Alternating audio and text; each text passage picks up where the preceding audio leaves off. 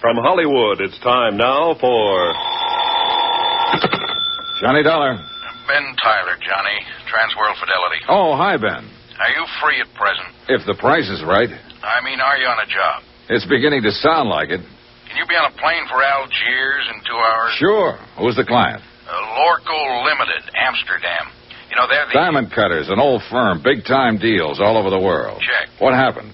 Oh, one of their couriers just dropped dead in the Algiers airport. Oh, too bad. He was carrying a briefcase with $100,000 worth of set stones. Top-grade diamonds. Don't tell me, Ben. Let me guess. That's right, Johnny. The briefcase is missing.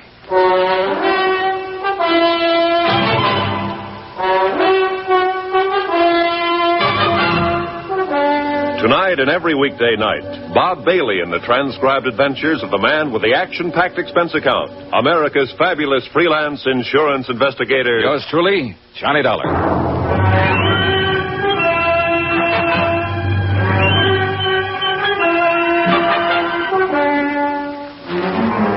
Expense account submitted by Special Investigator Johnny Dollar to the Home Office, Transworld Fidelity Company, Hartford, Connecticut. The following is an accounting of my expenditures during investigation of the Lorco Diamonds matter.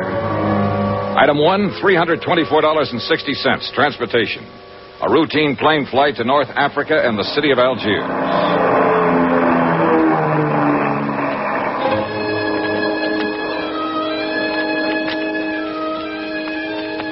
It was an easy trip, and I felt relaxed and comfortable. A feeling that was rudely terminated about 10 seconds after I got off the plane. Why, Monsieur Dollar, are you not? Yeah, that's right. I am Inspector Marcus of the Algerian Customs Police. Oh, how are you, Inspector? Oh, quite well, Monsieur, and vastly reassured now that you have arrived on the scene of the crime. Oh? You see, I have implicit faith in special investigators. I have encountered them in the past, so I have no doubt, but this little affair will prove most simple to you, Monsieur. I see. I feel that in a mere matter of hours, voila, you will produce the guilty culprit like un lapin out of a chapeau. Inspector, I'm beginning to feel a cold wind from the north. That's odd for this time of year, isn't it? A mere passing breeze, Monsieur. I shall now assume my official attitude. And that is? Extreme courtesy, complete cooperation, and the devoted service of my meager talents. On orders, you understand, from my superiors in Paris. And now, Monsieur, if you will accompany me to my office. Delighted to. After you, Alphonse. My name is Pierre. Oh, sorry. Just a whimsy. Oh, yes, I know. I have heard the joke. Both jokes. This way, Monsieur. A man from the local diamond firm is waiting for us. A special representative, so he informs me. And so, since you yourself are a special investigator, I could perceive a certain advantage in letting him give you the facts, as I believe you say it in the States. Tie our tails together, sit back, and watch the fur fly. Is that it? Well, he is a trifle excitable, but your metaphor, however, escapes me. Oh, I doubt that, Inspector Marcus. In fact, I doubt if much of anything escapes you. You are too kind. Except, of course, $100,000 worth I of time. spoke too hastily. Vanished, disappeared, right under your nose. But there were extenuating circumstances. Oh, I'll bet there were. Tell me something confidentially. Did your superiors in Paris really blow their tops? Monsieur Dollar, if I may borrow one of your more colorful expressions, they said I had probably goofed.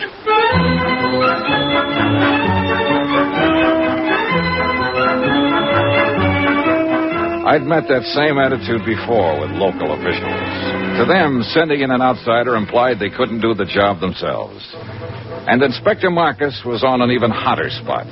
The air terminal was a port of entry to Algeria, under his jurisdiction, Customs Police. As he said, he goofed. Maybe. It is a matter which hath entire press all apprehension. But he was right on one thing. Hans Zeindorf, the Lorco representative, was a trifle excitable. In Amsterdam, it is unthinkable such thing have happened like this. Even in your New York, mein Herr Dollar, it cannot have happened. But here, in Algiers... It have happened. Yeah, this beautiful diamond gone. All gone. It's like barbarians. This Africa is no place for diamonds. Maybe you ought to tell him that in Kimberley. It's differently there. It's entire different. All right, Mr. Zeindorf. Suppose you tell me just what happened. Who can know, mein Herr? 15 years, this courier has worked for Lorco Company. We think he is trustworthy. Entire trustworthy. Well, even a trustworthy man can die of heart failure. But he has never had this heart failing before. All right, but... Perhaps it would be better if I were to, with your permission, of course, Monsieur Standout. Yeah, you tell. I am not talk this English much good. Precisely. These are the facts, Monsieur Dollar. The local courier, a man named Paul Gruber, arrived on the plane from Amsterdam yesterday morning. Yeah. Did you know he was arriving? I did not know, but the point is a very clever one. So, a short while before landing, Monsieur Gruber was taken suddenly ill. A doctor met the plane, and the stricken man was removed by stretcher and taken to the emergency clinic. In 20 minutes, monsieur, he was dead. Diagnosis, heart failure. Mais c'est la vie. Was there an autopsy, Inspector? Another excellent point, Monsieur Dollar. Thank you. Do not mention it. An autopsy is being performed this afternoon. Good. So the courier died. And then the briefcase? It was delivered along with his other personal effects unopened to the customs property agent here at the airport. And his name, the property agent? André Jourdain. He was very busy at the moment, left the briefcase lying on his desk, intending at the first opportunity to register and place it in the vault. But the opportunity didn't come, is that it? Precisely. Only a few minutes later, I heard a gunshot. Monsieur, he was lying on the floor in a pool of blood. He had been struck on the head. The briefcase was gone. All gone. This beautiful diamond gone entire. Yeah. When did you find out what was in the briefcase, Inspector? Almost 2 hours later.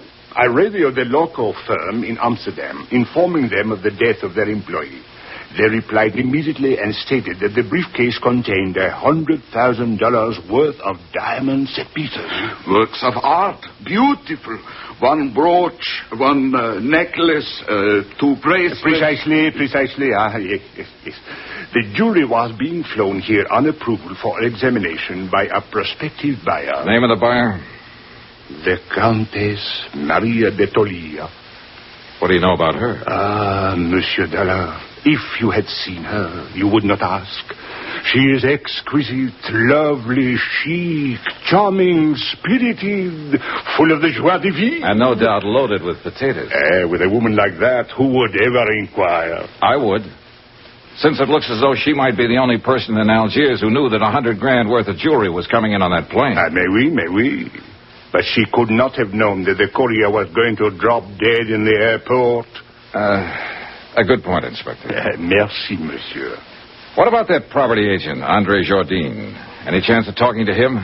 But of course, if he is yet able to talk. Then I guess I'll... Talking is not enough, mein Relax, Herr. Mr. Zeindorf. You're covered by insurance. Insurance is money. It's not my diamonds. Oh, well, if you don't want the money, you can always waive your claim. Wait, mein Herr Dollar, are you think that I am crazily, that I am entire crazily?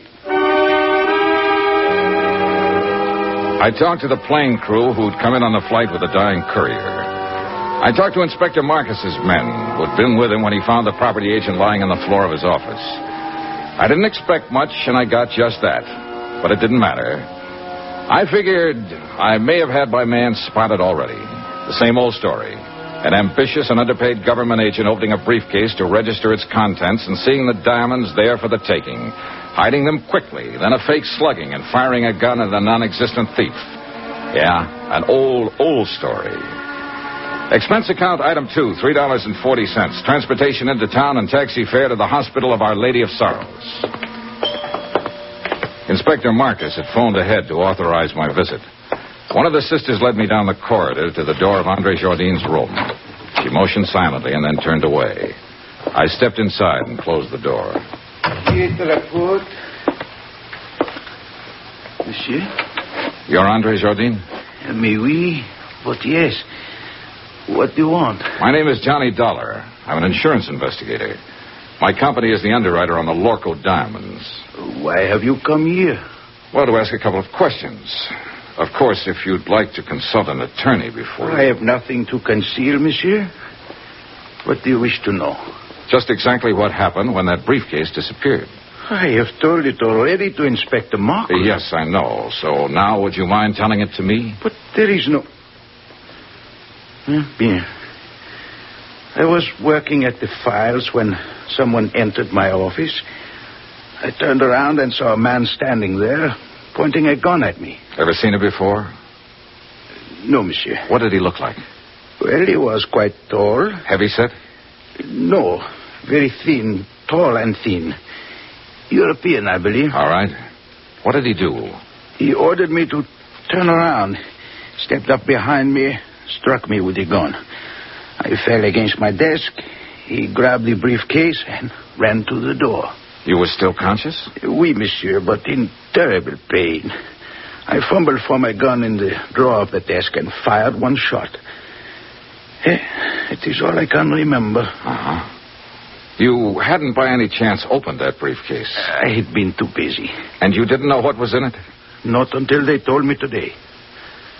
Andre, I wonder if you'd mind if I lifted a corner of that bandage and took a look at that wound on your head. If you are careful, it is very painful. Oh, sure, I'll be careful. Lie still now, please. It'll just take a second. I'll lift this edge and... I think I am lucky to be alive. Yeah, very lucky. Okay, thanks. It is nothing. Andre, do you happen to know the Countess d'Atelier? The Countess? Oh, monsieur, she is unquestionably... Yeah, I know. She's lovely, exquisite, charming, chic. Well, thanks for your cooperation, Andre. A pleasure, Monsieur Dollar. Take care of that head. It's the only one you've got. Oh, you Americans are so whimsical. Oh, yeah, we're all crazily, entire crazily. My pet theory was starting to limp. That slugging wasn't phony. It had taken 14 stitches to close the cut in Andre's head. Whoever hit him hadn't been kidding. They meant it for keeps. I walked down the corridor and stood waiting for the elevator, thinking it over, trying to figure it out. But no go. I needed more facts. And a moment later, I got more facts. Monsieur Dollar, I thought I would find you here. A clever piece of deduction, Inspector. Merci bien, monsieur. Don't mention it. What's on your mind?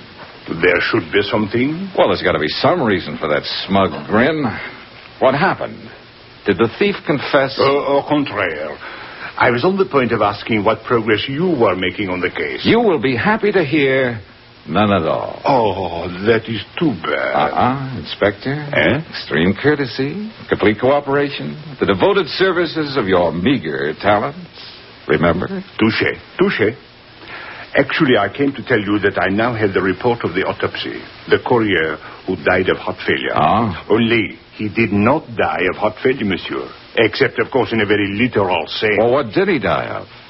Poison. Well, that was the end of a good theory. The courier had started to get sick on the plane, so the robbery and the murder had been planned well in advance of his arrival. By somebody who'd known he was bringing in diamonds. And so far, only one person fit the bill. As lovely, charming, and chic a suspect as you could ever hope to meet. The Countess d'Atelier.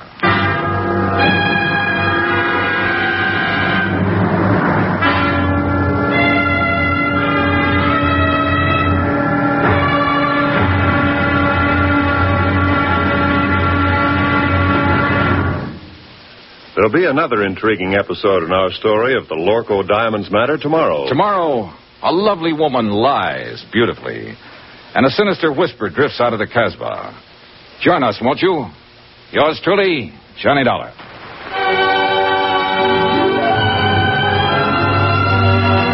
Yours truly, Johnny Dollar, starring Bob Bailey, is transcribed in Hollywood. Written by Les Crutchfield, it is produced and directed by Jack Johnstone. Be sure to join us tomorrow night, same time and station, for the next exciting episode of Yours truly, Johnny Dollar. Roy Rowan speaking.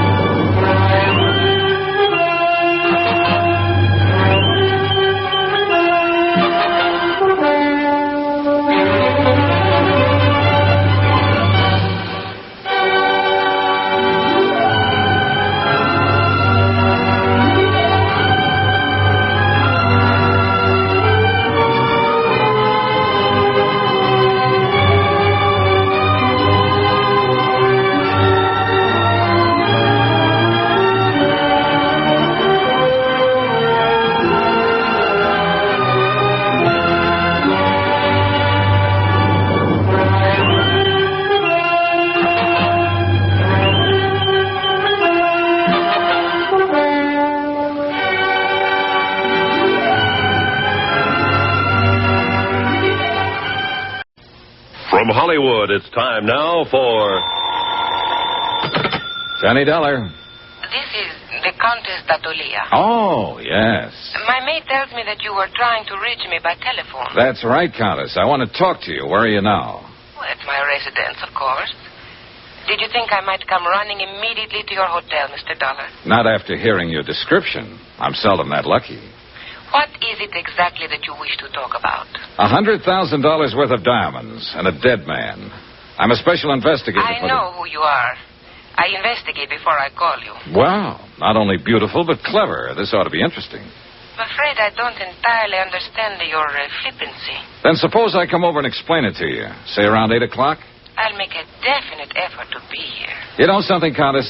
I think it's about time somebody built a small fire right under that lovely little complacency of yours.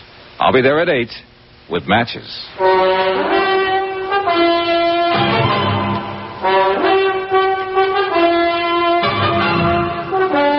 Tonight and every weekday night, Bob Bailey in the transcribed adventures of the man with the action-packed expense account, America's fabulous freelance insurance investigator. Yours truly, Johnny Dollar.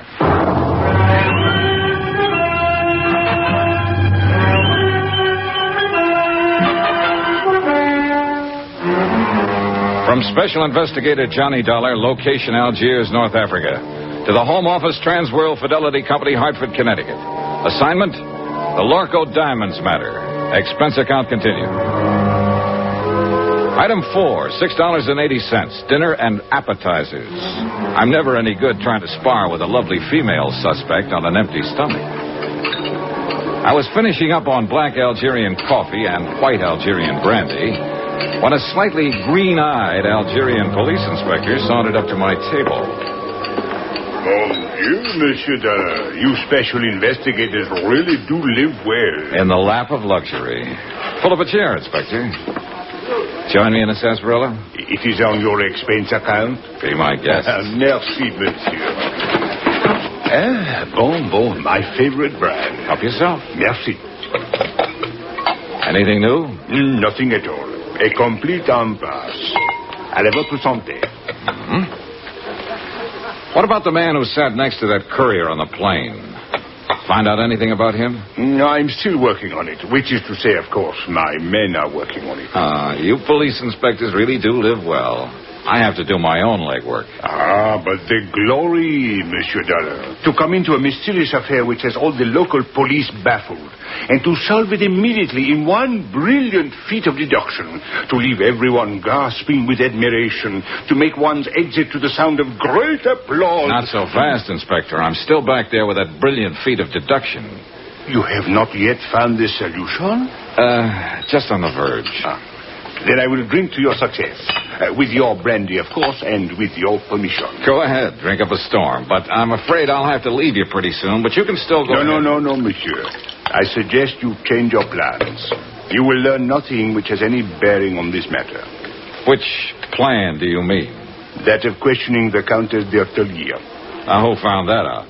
As a matter of fact, she phoned me and inquired about you. Oh, so that's how she investigated me. Went straight to headquarters. Mais oui. Remarkable woman. Talented, beautiful. Et cetera, and so on. And along with it, it's 9 to 1. She's in it right up to her pretty neck. No. She's really not the type. This is an excellent brandy, monsieur. An Algerian brand, I notice. All right, Inspector. Let's bypass the byplay and lay him out face up. I think I prefer it to cognac. I don't know how she does it, but she's got you hypnotized. Just mention of her name and you go into a tailspin, every cockeyed one of you. Exquisite. Lovely. Maybe so, but in my book, she's a real suspect. Elucidate, monsieur. Well, it's simple enough. She's the only person in Algiers, that we're sure of at least, who knew that a shipment of diamonds was coming in on that plane. Why? Because she's the one who ordered it. Monsieur, it is even simpler. She could not have poisoned the courier because she was not on that plane. She could not have stolen the briefcase from the customs property agent because it was done by a man. So, where is your case? An accomplice, a man, with the Countess calling the shots for him. What man, monsieur? Well, you got a good point there. Merci bien. Don't mention it. But from the influence she seems to have, it might be any man in Algiers. Inspector, it wasn't you by any chance. You raise a very interesting point. Now, suppose the Countess should ask me to kill someone for her. I wonder what I would do.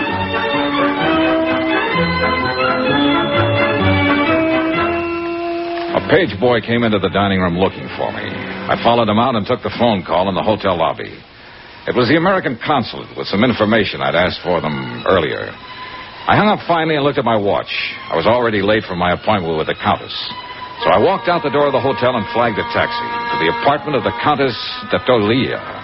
She lived in the swank genteel Bois de Louis, a residential district favored by top government officials and wealthy French businessmen. But the building she lived in was a little frayed around the edges, and the maid she'd mentioned was nowhere in sight. The pieces were starting to fit together.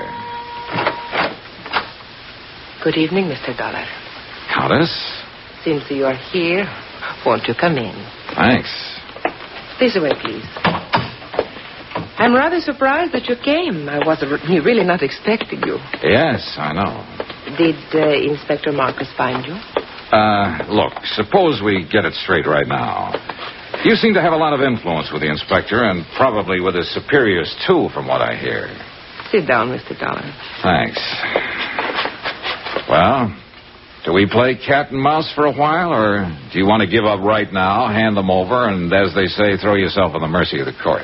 I would like a cigarette. You could always claim that you fell in with evil companions or that a man led you astray. They're in the box there by your elbow. A tall, thin man, for instance, with his collar turned up and his hat pulled down, carrying a gun when last seen after slugging a customs agent at the Algiers airport. Mr. Dollar, are you opposed to smoking on moral grounds? No, but I'm opposed to murder. Have a cigarette? Thank you. Light? Is there any other way of smoking there? Mr. Dollar, I expected you to come here and be annoying, but I didn't know you were going to be insulting as well. That's just my mean personality. You seem to be under the ridiculous impression that I actually had something to do with this crime. I think you have plenty to do with it. A sort of arch criminal, perhaps? Or what is it you call them in the States? Big shot? Oh, Countess, you're a scream. I'll bet that courier died laughing. If you have a reason for these opinions, or believe you have a reason, I think you'd better tell me about it. Otherwise, good night. Oh, I have more than one reason. In the first place, I'm not certain that anyone besides you even knew the diamonds were being sent here. Except for the Lorco Company, of course, and they wouldn't be likely to advertise it. Mr. Dollar, all of my friends and most of my acquaintances have known for 3 weeks that I'd ordered that jewelry. Oh?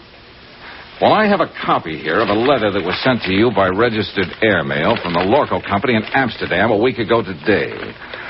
According to post office records, you received it 2 days later. Remember it? Yes, I remember. It states the name, flight number, and time of arrival of that courier who was murdered. I said I remember. And it cautions you specifically not to give that information to anybody. So even if other people did know, you're the only one who knew the exact time the diamonds were coming in and exactly who was bringing them.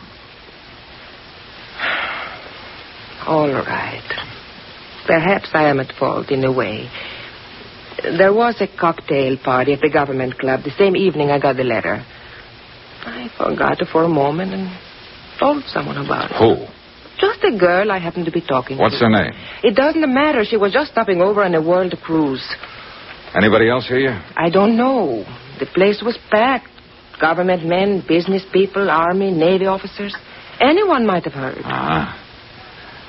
Was Inspector Marcus at the party by any chance? Yes, I spoke with him during the evening. Mr. Dollar, I'll admit I was wrong, but there is hardly grounds for... All right, let's get to point 3. The Countess Maria d'Atolia, Italian by birth, title inherited, old family. Goes back through one line, in fact, to Lucretia Borgia. I did not poison the courier. Your family estates were confiscated by Mussolini. Family migrated to Bizerti, and then to Lisbon for 3 years. You left them there and went on to London. Since the war, you've lived in Paris, on the Riviera, back to London, Mallorca, and finally here. Have you been following me, Mr. Dollar? The consulate was pretty thorough.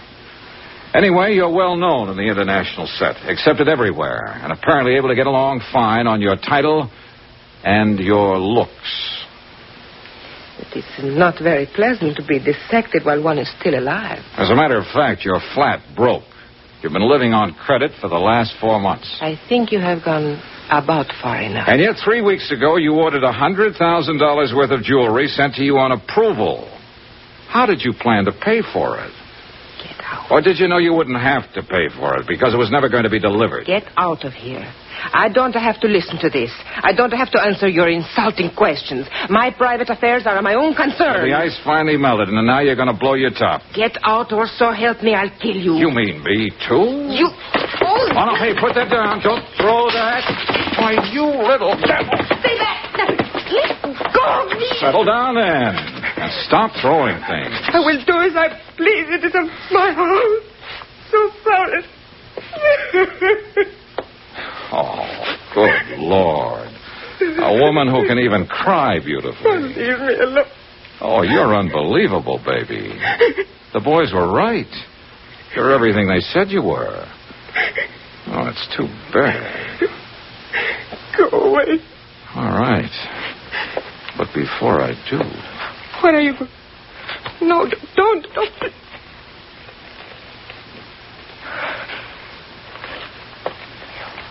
Why did you kiss me? Oh, it beats me. Just call it a sudden impulse. Then you have changed your mind? You don't really think I'm guilty? Oh, honey, I still think you're in this up to your ears. And I'll still bring you to trial if I can. And I still want to kiss you. You figure it out.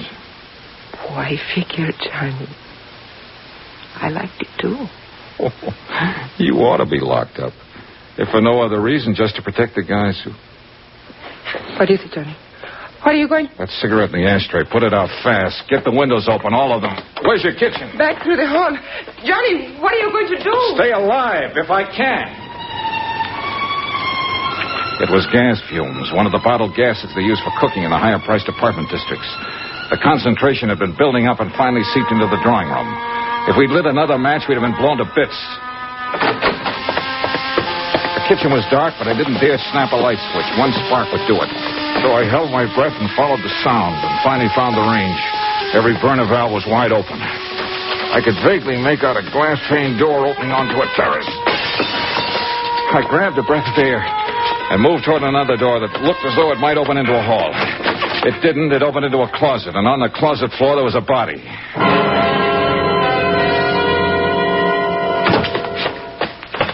What happened, Johnny? Why did you go... Johnny, who's that? He's a man from the Lorco Company. Name is Zeindorf. Zeindorf? But where did you find him? Out there on the floor of a closet. Why? What was he doing here? You tell me. I don't understand it. He has no business here. What is wrong with him, Johnny? Well, right at the moment, he seems to be a little bit dead.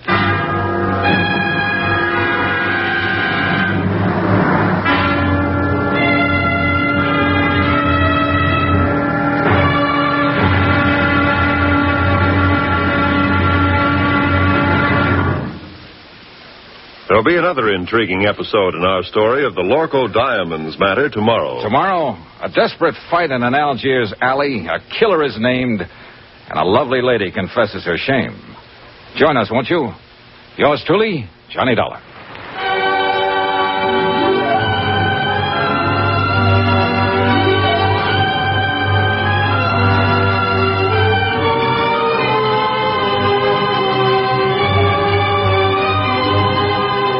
Yours truly, Johnny Dollar, starring Bob Bailey, is transcribed in Hollywood. Written by Les Crutchfield, it is produced and directed by Jack Johnstone. Be sure to join us tomorrow night, same time and station, for the next exciting episode of Yours truly, Johnny Dollar. Roy Rowan speaking.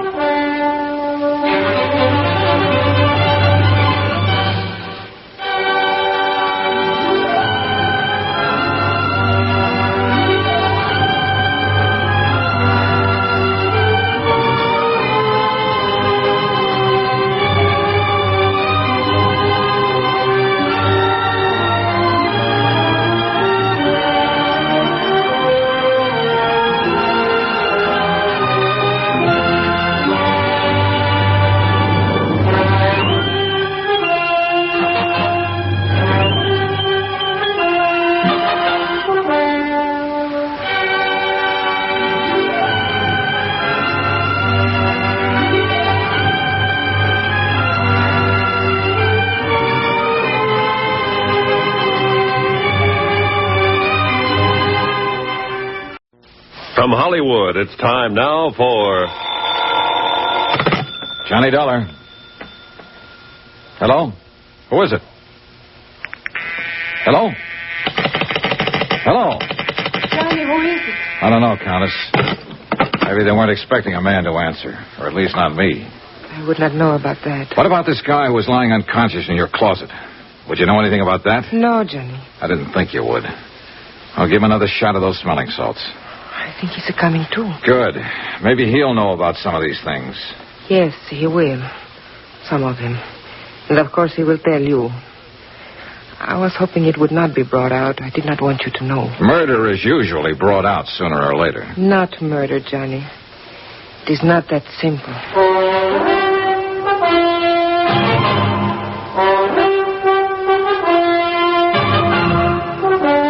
Tonight and every weekday night, Bob Bailey in the transcribed adventures of the man with the action-packed expense account. America's fabulous freelance insurance investigator. Yours truly, Johnny Dollar.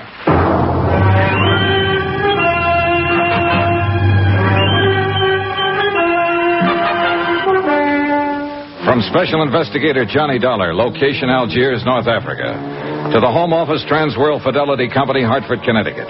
Assignment, the Lorco Diamonds matter. Expense account continued. Item 6, $9.30. Smelling salts and a bottle of scotch.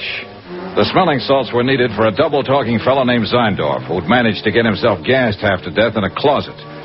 A representative of your client who suffered the $100,000 loss, Lorco Diamonds of Amsterdam. The scotch was for me. Johnny, he does not like it. Should I go on holding them under his nose? Yeah, sure. Keep shoving them at him until he's strong enough to fight you off. That's how smelling salts work. A person has to come to in sheer self-defense. Nine, stop. Is more too plenty already. My nose is killed. Dead. No more. Maybe even poking it into the wrong places. What were you doing in that closet, Mr. Zeindorf? It's nothing. I can tell you the entire thing in 2 words. Use more if you need them, but make it good. Nobody has found this beautiful diamond. Nobody has do anything. So I'm come looking for my own self. In that closet? 9 is only for hiding. I am wait for everybody going away, going at sleep. Then I am going to looking. In my apartment. What made you think they would be here? You are pleased to forgiving me, Fräulein, but I am not taking the chance. I'm think to looking every place. Who turned on the gas out there? Do not ask it. I know nothing. I think I have sleeping some maybe, and when I have waking, I am died almost. Yeah. Well, apparently somebody was out to get one of us at least. Hey, what about that maid of yours, Maria? Or is there one? Of course. She... You know, that is strange. She disappeared about the time you arrived, slipped out without a word. Does she live here? I think she lives up in the Kasbah. I hire her through the agency. I see. Do you think she did it? Oh, the more I find out, the less I'm sure of. Maybe Mr. Zeindorf did it, trying to commit suicide over his missing trinket. 9. Suicide is one thing I am not. And I desist to listen no more. I am to leave here immediately. Oh, by the way, Mr. Zeindorf. Yeah, what is it?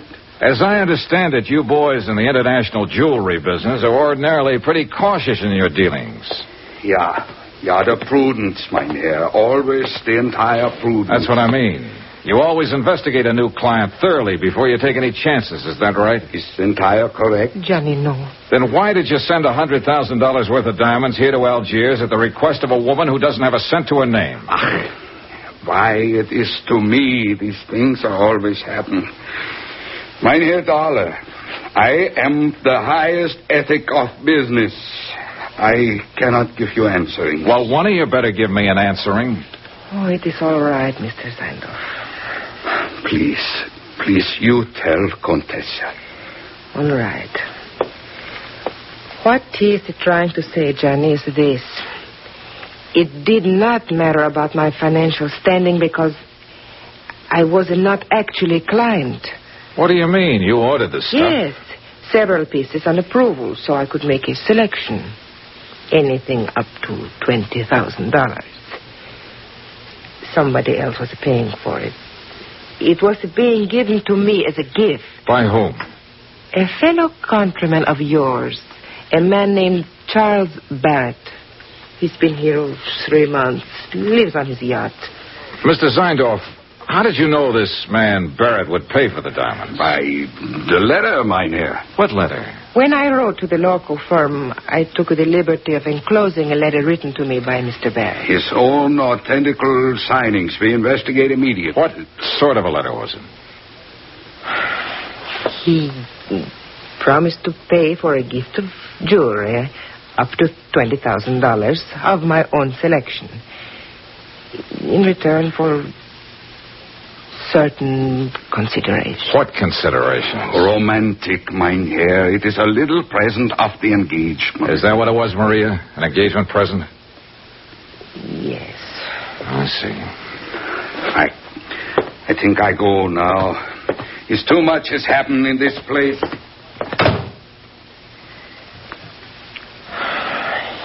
Is it all right to smoke? Yeah, sure. The gas is cleared out. Here. Thank you.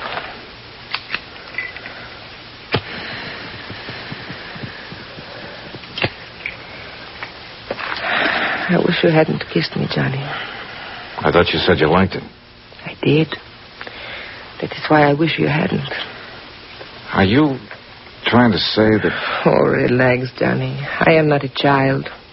No, I have not fallen in love with you any more than you have with me. But I could. Very easily. What about this man, Barrett? What's he like? Oh, an overbearing, spoiled, middle-aged little boy. The price sounds kind of high. What else is there? Ever think of working? Where? At what? In Italy, yes. But you know what's open there for an impoverished countess. Yeah, I know. And I suppose you can't get a work permit anywhere else, is that it? Oh, forget it, Johnny. All I know how to do is be highly ornamental, say the right things to the right people, do the right things at the right time, and eat by stealing caviar at cocktail parties. You go hungry a lot that way. Yeah, I guess it's rough. Well, don't let it throw you, honey. You're not the first girl who married for money. What? I guess you don't understand. Nobody has said anything about marriage. Oh, I see. Well, Johnny, I imagine you will be leaving now. So, good night, Johnny. Goodbye.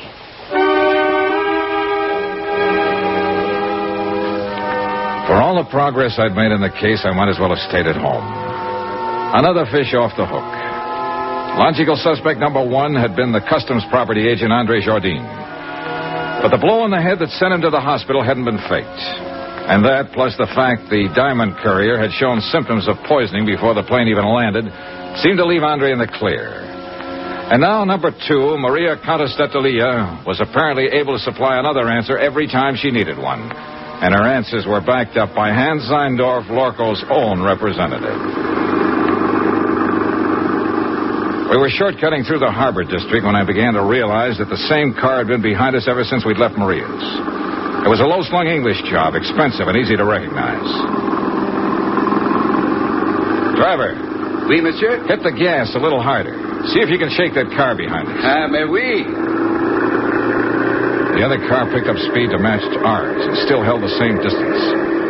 Hey, try a couple of fast corners. I want to make sure. Yeah?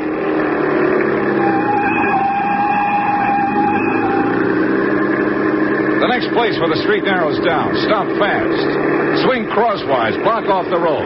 I want to stop that guy and have a talk with him. Hey, you understand what I mean? Mais oui, monsieur. Just like in the movies. Yeah, well, something like that.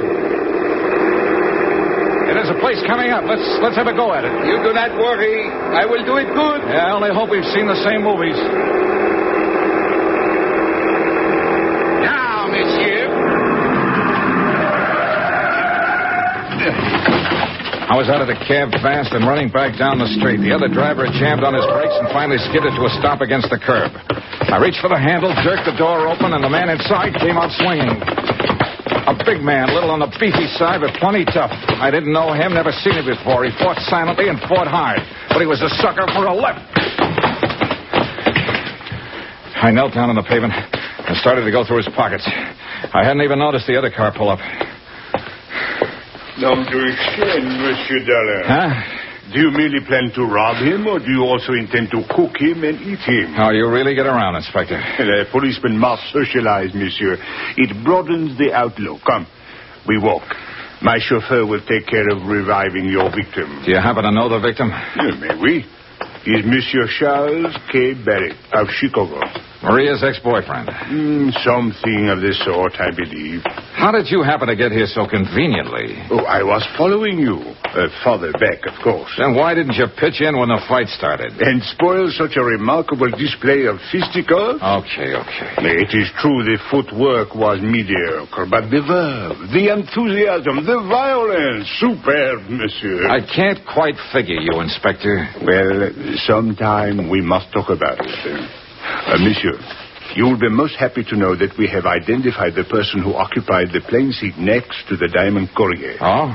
They shared a bottle of wine during the flight. Undoubtedly, that is how the poison was administered. And who is the person?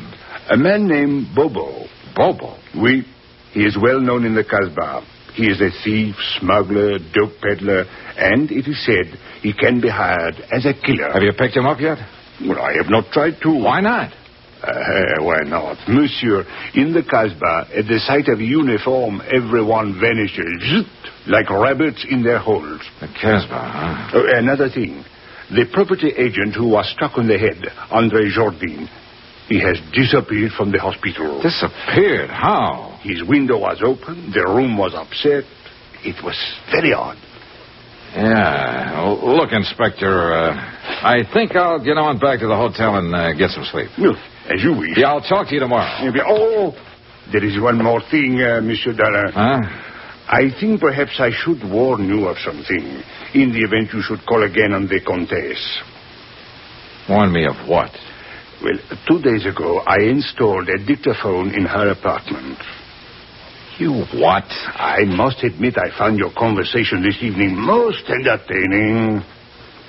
Inspector, you are a rat. Oh, please do not concern yourself in the least. I am the soul of discretion. Maybe. Monsieur, I am a Frenchman.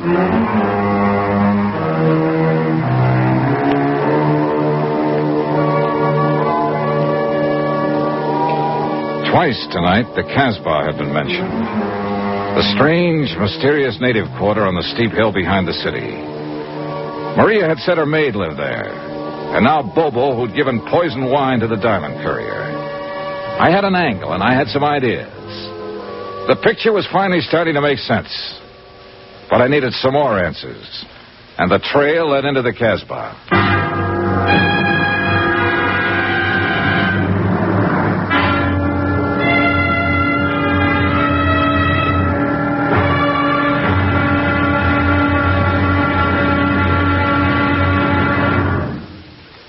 There'll be another intriguing episode in our story of the Lorco Diamonds matter tomorrow. Tomorrow, a bungling fool, a tightening net, and a violent death in a crooked alley of the Casbah. Join us, won't you? Yours truly, Johnny Dollar.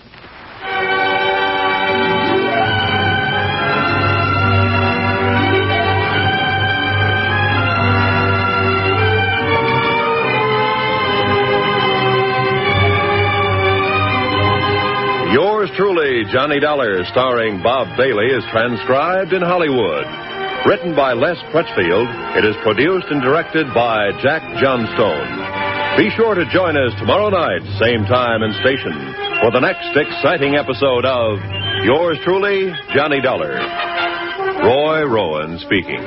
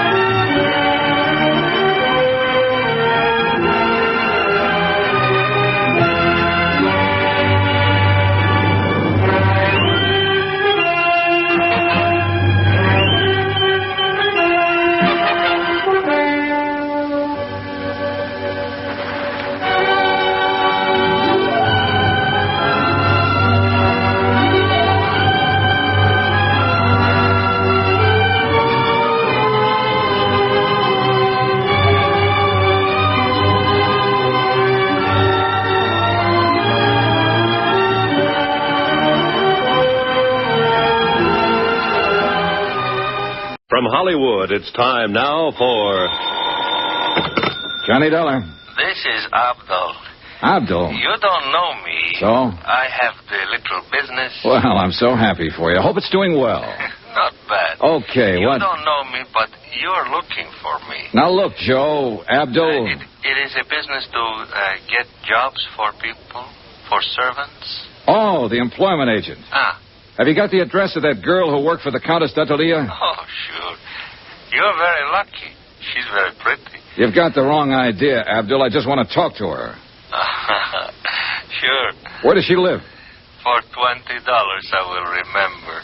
I'll give you 10. No, she's worth more. Look, knock it off. I gotta find her and talk to her fast while I'm still alive.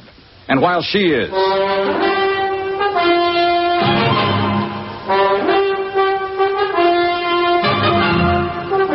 Tonight and every weekday night, Bob Bailey in the transcribed adventures of the man with the action-packed expense account. America's fabulous freelance insurance investigator. Yours truly, Johnny Dollar.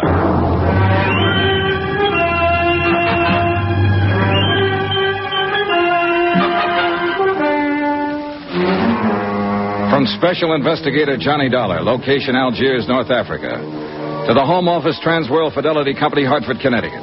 Assignment, the Lorco Diamonds matter. $100,000 worth missing. Expense account continued. Item 9, $15 even. Gratuity, tip, gift, bonus. Why kid about it? There was a bribe. To a man named Abdul for the address of a girl named Chata. An address up in the native quarter, the Casbah. But the idea wasn't romance, no matter what Abdul thought. 4 hours earlier in the Countess d'Atalia's apartment, somebody had turned on the gas and tried to kill one or both of us. It was 9 to 1 that the somebody was Chata the servant. I wanted to ask her why. I'd put my coat on and was just on the point of leaving my hotel. I slipped a gun into my side pocket and moved over to the door. Now, who is it? Charlie Barrett. The guy you beat the daylights out of a couple hours ago, you know what I mean? No hard feelings, Dal. I just want to talk it over.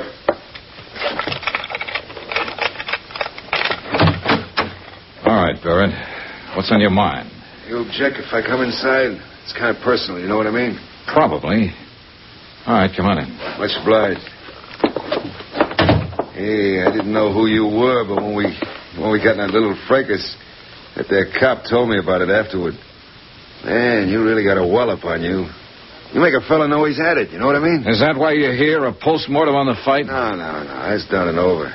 You whipped me fair and square, as far as I'm concerned. Hey, Barrett, if you've got anything to say, let's have it fast. I'm in a hurry to get out of here. Oh, well, I sure don't want to take up no more of your time than necessary. I know how it is. Of course, I'm on vacation now, but back in Chicago, I'm in the meat business. Look, Barrett, would you please... At least in a way I am. I'm in byproducts, actually. You know what they say? Use everything but the squeal. Well, I'm the fella that cans the squeal, you get it? Oh, brother. What I come here for was maybe to get it straightened out about that dame. Do you mean the Countess d'Atalia? Countess. Them titles are a dime a dozen. I can buy them, sell them like sausages. Well, what about her? Now, look, neighbor, I was figuring to come here and put it to you man to man. You know what I mean? I know what I'm beginning to think you mean. I figure when you seen my position, you'd want to do the square thing. Like anybody on the right side of the fence would. You with me, neighbor? You better drop that neighbor business. I've moved. Well, Dollar, the thing stacks up like this. Now, I already had my claim staked there before you even got in town. I got a lot of money invested in that dame. Barrett, so help me. I've been taking her around places, you know, feeding her, buying her, one thing and another. Why, I was even going to kick through for a 20-grand chunk of ice for her. Well, she and I had that fight last week. You what? That dame's got highfalutin ideas. What fight? What are you talking about? Well, I just put it to her, cold turkey. I told her she had to quit Jenny flipping around with all those other fellas. Or I just wasn't going to have nothing more to do with her. Well, that made her mad, you understand? She lit into me. Man, you ought to hear that dame talk. When she's mad, you'd think hey, that look, she... when was this fight? Was it before the diamonds were sent here? Well, sure. Sure, I said if that's the way she was going to act, she could forget about them diamonds. Well, I ain't seen her since or talked to her, but I just can't seem to get her off my mind. Now, look, Dollar, you was in her apartment there for 2 hours and 40 minutes tonight, and I don't like it. It bothers me. Strictly business, Barrett. And I got to get going. Now, wait a minute, Dollar. Just wait a minute. We still got something to settle here. Like I told you, I got Oh, money. Barrett, get out. You better hold your horses. I don't know if you know the name C.K. Barrett, if that means anything to you. But I got influence back there in the United States. So it's the hard way, huh? Look, you just work for that company of yours. You're nothing but an employee. And if you think you can talk to me like you can to some of these foreigners, then here, now. Still a sucker for a left. Hello, room service. This is Johnny Dollar. Some drunk just wandered in here and passed out. Will you send up a couple of boys to drag it out in the hall?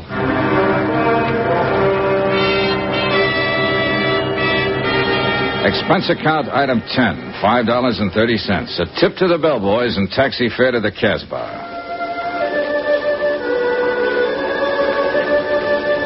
The taxi dropped me off at the end of the causeway, and from there on I walked. It was late, well after midnight, but the narrow, crooked alleys were teeming with life. Some of it out in the open, some of it under cover. Small groups of people met together here and there along the cobbled streets. Men of 24 tongues and dialects. And women, too, slipped silently in and out of the dark doorways, or crouched over tables in the dim-lit cafes and coffee houses. Groups usually fell silent when I passed and stared with hostile curiosity. The Casbah, backwash of North Africa. Little known, seldom bothered, and scarcely policed. And for an outsider, especially at night, more dangerous than dynamite. The address Abdul had given me turned out to be a coffee house, but it could still be legitimate. And there was only one way to find out.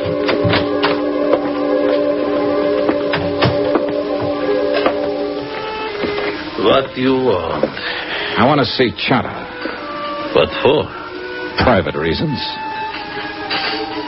Chata's not here. Where can I find her? Take a seat. Table in the corner. Maybe she come. I took the seat, ordered coffee, and waited.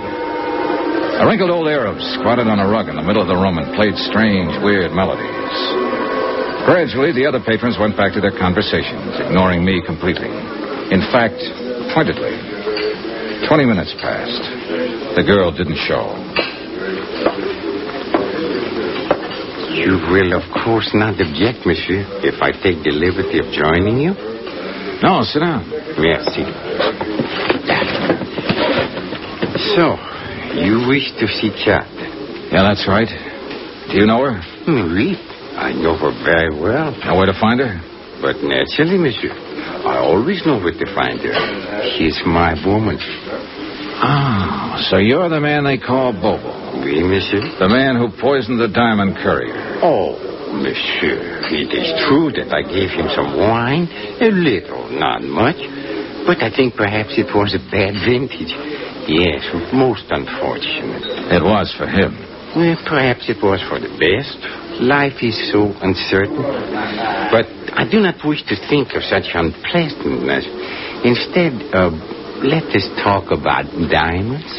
Let's talk about killing, or attempted killing. Is Chata the one who turned on the gas in the Countess's apartment? It is possible that she did that. On whose orders? It was nothing personal, monsieur. I didn't even know that you were going to be there. I see.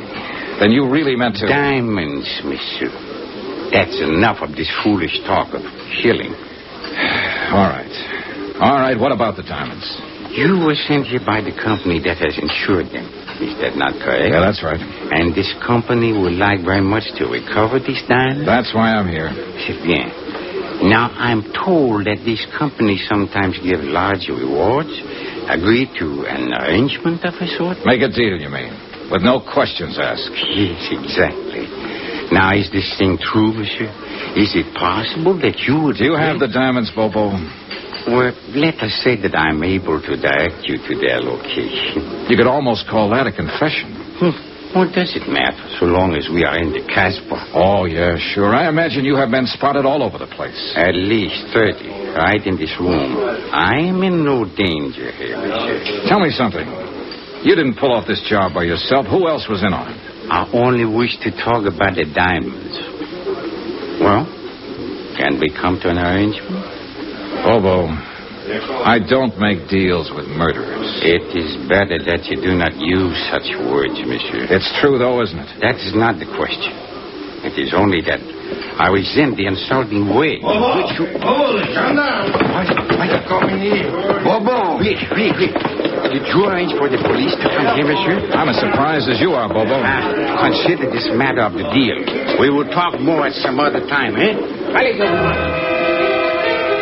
The patrons rushed for the doors, and in 1 minute flat, the coffee house was empty. Even the owner was gone. I was the only one left. 3 minutes later, the inspector with a flying squad of 20 men came bursting in from the street. Well, Monsieur Dollar, I'm happy to find you are still alive. Why don't you get lost somewhere? For you, I think it most fortunate that we arrive in time. Oh, sure, in time to foul up the only lead I had in this case. To lose a suspect is better than to lose one's life, monsieur. Look, Inspector, I was holding a gun in my pocket, covering Bobo from the second he sat down at the table. But, monsieur, 30 men or not, if it had come to a showdown, he couldn't have done a thing. Because he'd have been the first one to get it, and he's smart enough to have known that. But I thought Let's face it, Inspector, you've done it again. You goofed. But I was only thinking perhaps... Oh, Dieu, what is to happen next?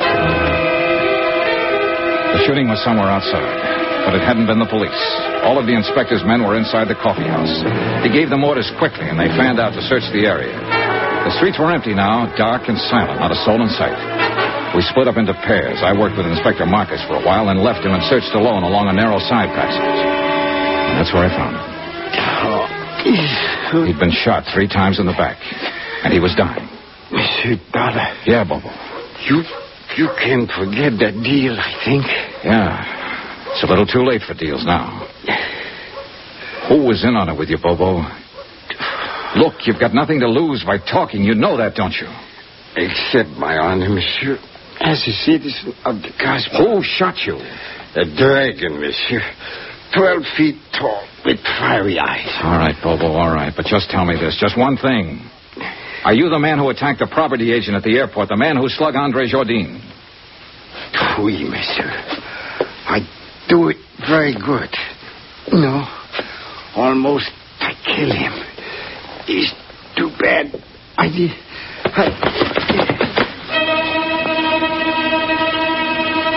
A minute or two later, Inspector Marcus came up, and we stood there looking down at the dead man lying on the stones of the alley. He was a short man, stockily built, with wide shoulders and a deep chest. It was the body of a man of action, of accomplishment. But he'd chosen to be a smuggler, dope peddler, thief, and killer. And now he had become the victim of another killer. Did he say anything, monsieur? Was he able to talk? Yeah, enough. Eh? What is it to mean, monsieur? Do you know who is guilty of this? Yeah, that's right, Inspector. I know the whole story now. The whole filthy, rotten story.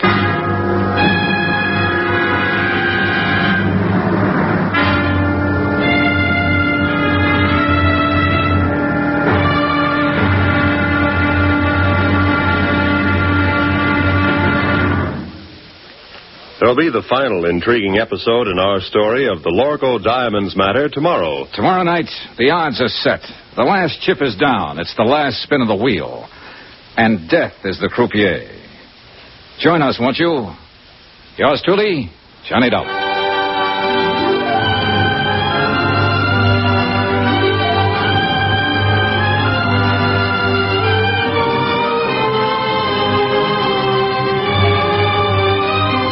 Yours truly, Johnny Dollar, starring Bob Bailey, is transcribed in Hollywood. Written by Les Crutchfield, it is produced and directed by Jack Johnstone. Be sure to join us tomorrow night, same time and station, for the next exciting episode of Yours truly, Johnny Dollar. Roy Rowan speaking.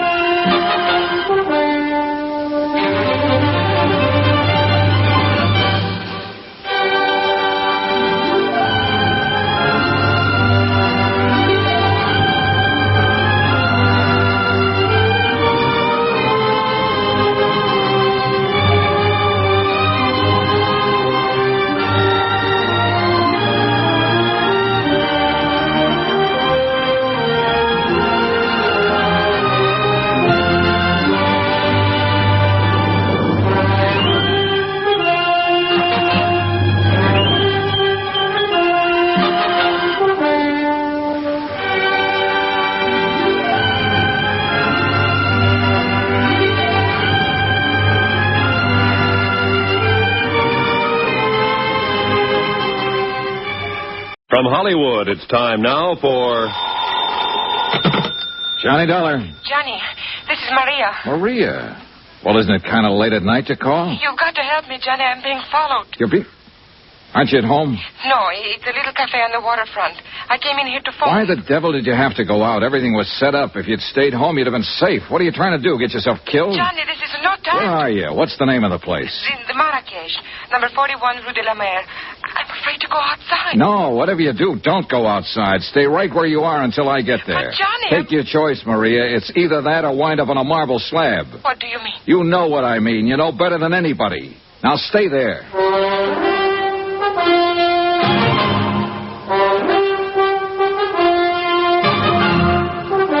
Tonight and every weekday night, Bob Bailey in the transcribed adventures of the man with the action-packed expense account, America's fabulous freelance insurance investigator. Yours truly, Johnny Dollar.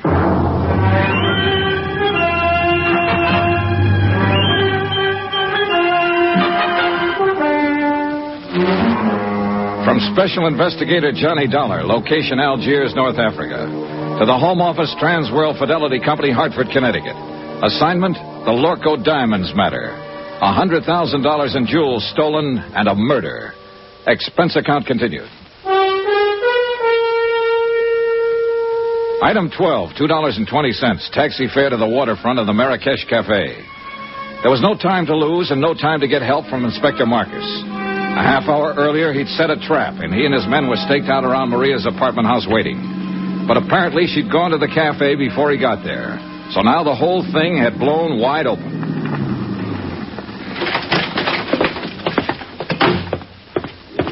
The Rue de la Mer was a dead-end street close to the water, deserted at this hour of night. A couple of dim street lights and a light over the door of the Marrakesh Cafe. Everything else was in darkness. There was no movement, no sign of life. Over here, Johnny. When you got here? No trouble so far. Huh? No. Except with that sailor over there. He finally passed out. Oh, you're probably used to that kind of trouble. Cigarette? Yes, thank you. Now, what were you doing down here at this time of night? I was visiting a friend. Is that the friend's car parked out at the curb? Yes. Charlie Barrett, huh? The meat packer from Chicago who was going to give you the Lorco Diamonds. Well, I figured he'd got over his mad spell. How did you know about it? He told me just before I knocked him out for the second time tonight. He said you two had a fight over a week ago, and that he'd told you he wasn't buying any diamonds after all. Well, it was just... For a while, I thought I had you tagged again. I wondered why you hadn't canceled the order when you'd been told he wasn't going to pay for the stuff. Johnny, it was just a talk. I knew he would come around. Yeah, well, that's about the way I figured it. Another explanation. So I let you off the hook again. Why, Johnny? Why have you been trying so hard? Trying what? To find some way of involving me in this. Well, the facts just seemed to turn up. I wasn't trying to find them. It made a big difference, didn't it? Learning about Mr. Barrett. Learning what about him? That I was accepting a $20,000 gift from him. Why should it? Your life's your own. It did, though. Before that, you were... Well, seemed to be interested. Sure. You're a very beautiful woman. And that's all it was? What more did you want? All right, Johnny. Forget it. I don't blame you. Hey, tell me something. What about Barrett? Now that you've kissed and made up, is the engagement back on again? I haven't decided yet, Johnny. Well, come on. Let's get out of here. I'll take you home. Do you think it's safe? There was no sign of anybody around when I came in. Whoever it was probably got scared off. Oh, I was scared to death. When I saw the lights of the cafe, I jammed on the brakes and ran for the door. The other car was right behind me. Get a look at the driver? No. How'd you get hold of Barrett's car? Borrow it? He gave it to me. Not a bad night's work. It's a good car. Get in. You really play rough, don't you, Johnny? Sometimes. It depends on... Get down, quick, back of the car. Hey, It came from across the street. It's pitch black over there. What are you going to do? Look, Maria, you're safe as long as you're back of the car here. Well, what about you? I can't get a shot from here. I'm pinned down. I'm going to make a run for that stone curb. Try to draw a shot and see where the flash comes from. Be careful, Johnny. Oh, don't worry, kid. I'm the carefulest guy you ever saw. All right, now sit tight. Here goes. Are you all right, Johnny? Yeah, I think I got him spotted. Let's see just how close I get. There's somebody running away. Yeah, so do I. Oh, where the devil? Why don't they get some streetlights down there? That car that's starting up. Yeah, I see it. They're getting away. One lucky shot might... Give me your keys. Wait here. I'm going after No, him. I'm going with you. Then pile in. Hurry up. Let's go. A few blocks away, I picked up the taillights of the other car and poured on the gas to keep hanging on. We roared through the empty streets along the waterfront, then swung into the coast road and headed out of the city. The model I was driving had been built for road racing, and barring accidents, I didn't figure the car ahead had much chance of shaking me. It was a narrow, winding road following the rocky edge of the headlands, and the curves were sharp and dangerous, especially at the speed we were traveling. Finally, it happened. The car ahead roared up a steep grade and missed the curve at the top. It rolled over and over, the headlights cutting crazy patterns in the blackness as it plunged down towards the beach. I finally braked to a stop about 30 yards from the wreck, jumped out and started toward it, and just then... the gas tank caught and burst, and the car exploded into a tower of flames. I caught a glimpse of the driver, pinned in the wreck. Then the fire took over and covered him. And I knew one thing was certain. He'd had it.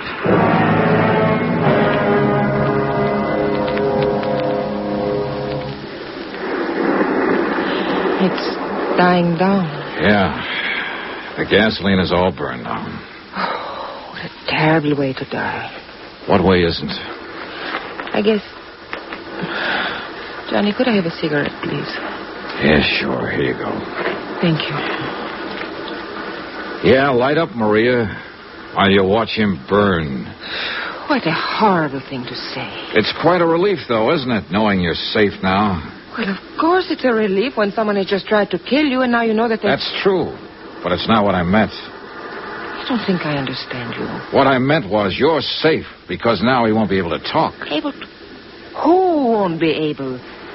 Do you mean you know who's in that car? Of course, and so do you. It's the customs property agent, Andre Jardine. Andre? Sure.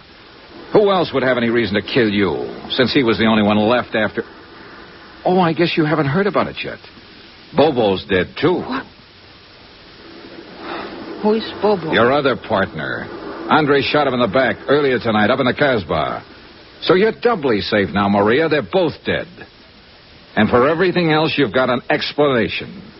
With just one exception. I don't even know what you're talking about. Oh, now, don't be modest. Actually, it was quite a scheme, whether you thought it up or Andre did. Oh, you are out of your mind. The idea was to make sure the diamond courier died, either on the plane or at least before he got through customs. That way, the courier's briefcase would be sent to Andre's office. Then Bobo was to help Andre fake the stick-up. But Bobo turned out to be a tough cookie. This may be true, Instead of sticking to plan, he decided to go for broke. When he slugged Andre, he tried to make it stick, but Andre managed to reach his gun, so he ended up in the hospital instead of the morgue. What has all this got to do with me? Then Andre got the idea of a double-cross. He left the hospital, went into the Casbah to look for Bobo. He found him, and he killed him. I still don't see His next step was a natural, to knock you off and keep the whole take for himself. We expected it, and we were ready for him. Inspector Marcus is staked out right now at your apartment house, waiting for Andre to show up. We didn't know you'd already gone out earlier. Well... all of this may be true, Johnny. But why do you insist on trying to fit me into the picture? Because that's where you belong. I mentioned the fact that you'd been able to come up with an explanation every time you needed it, with just one exception. What exception? Both Andre and Bobo have tried to kill you this evening. Why? Unless you were in on this thing. What reason would they have? Well, I don't know. Of course. Why should I know? I don't know why they tried to kill me, Johnny. Oh, a good answer, Maria. And it'll probably work. Yeah, you figured that one out fast. I don't know what you mean. No, of course you don't. Well... who has the diamonds? I will before morning. Johnny, why couldn't you... Knock it off, kid. You got the wrong guy. It won't work with me. Good. Sure, I know. You're beautiful, charming, lovely. And you're rotten. Rotten right to the core. What are you doing, Johnny? Going back to town. Well, wait for me. Goodbye, Maria. Johnny, wait. Johnny!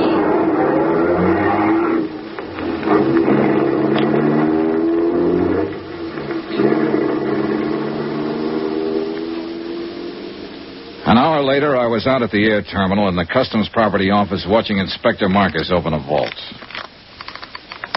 Mon Dieu, what a nuisance. Always they make these combinations so difficult. That's the general idea, Inspector.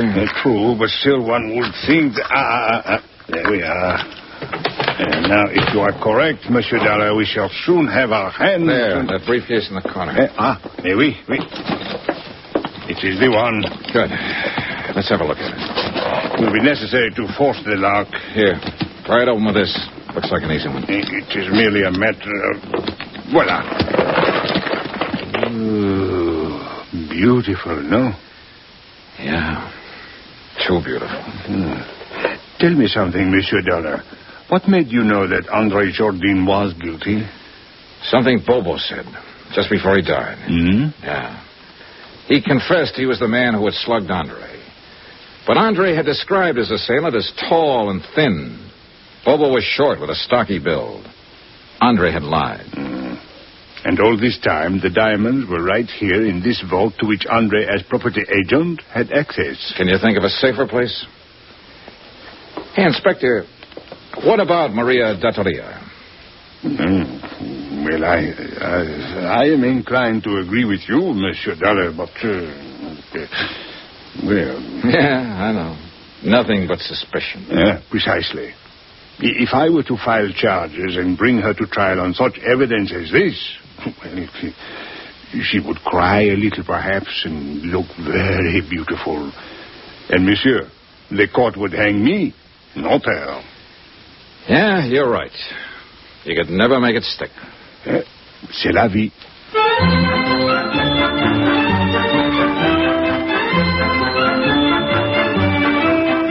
Expense account item 13, $624.80. Hotel, meals, and incidentals in Algiers and transportation back to the States. Expense account total, $1,214.60. End of expense account. End of report. Remarks? Social item. To be circulated widely. The Countess Maria D'Attolia was married yesterday to C.K. Barrett, a big tycoon in the meat business. The happy couple will make their home in Chicago. All companies in that area who may be asked to underwrite insurance on the life of C.K. Barrett, don't. Yours truly, Johnny Dollar.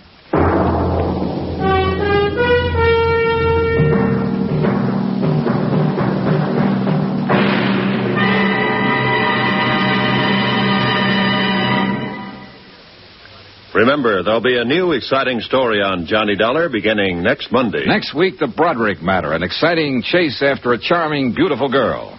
After all, who wouldn't? Join us, won't you? Yours truly, Johnny Dollar.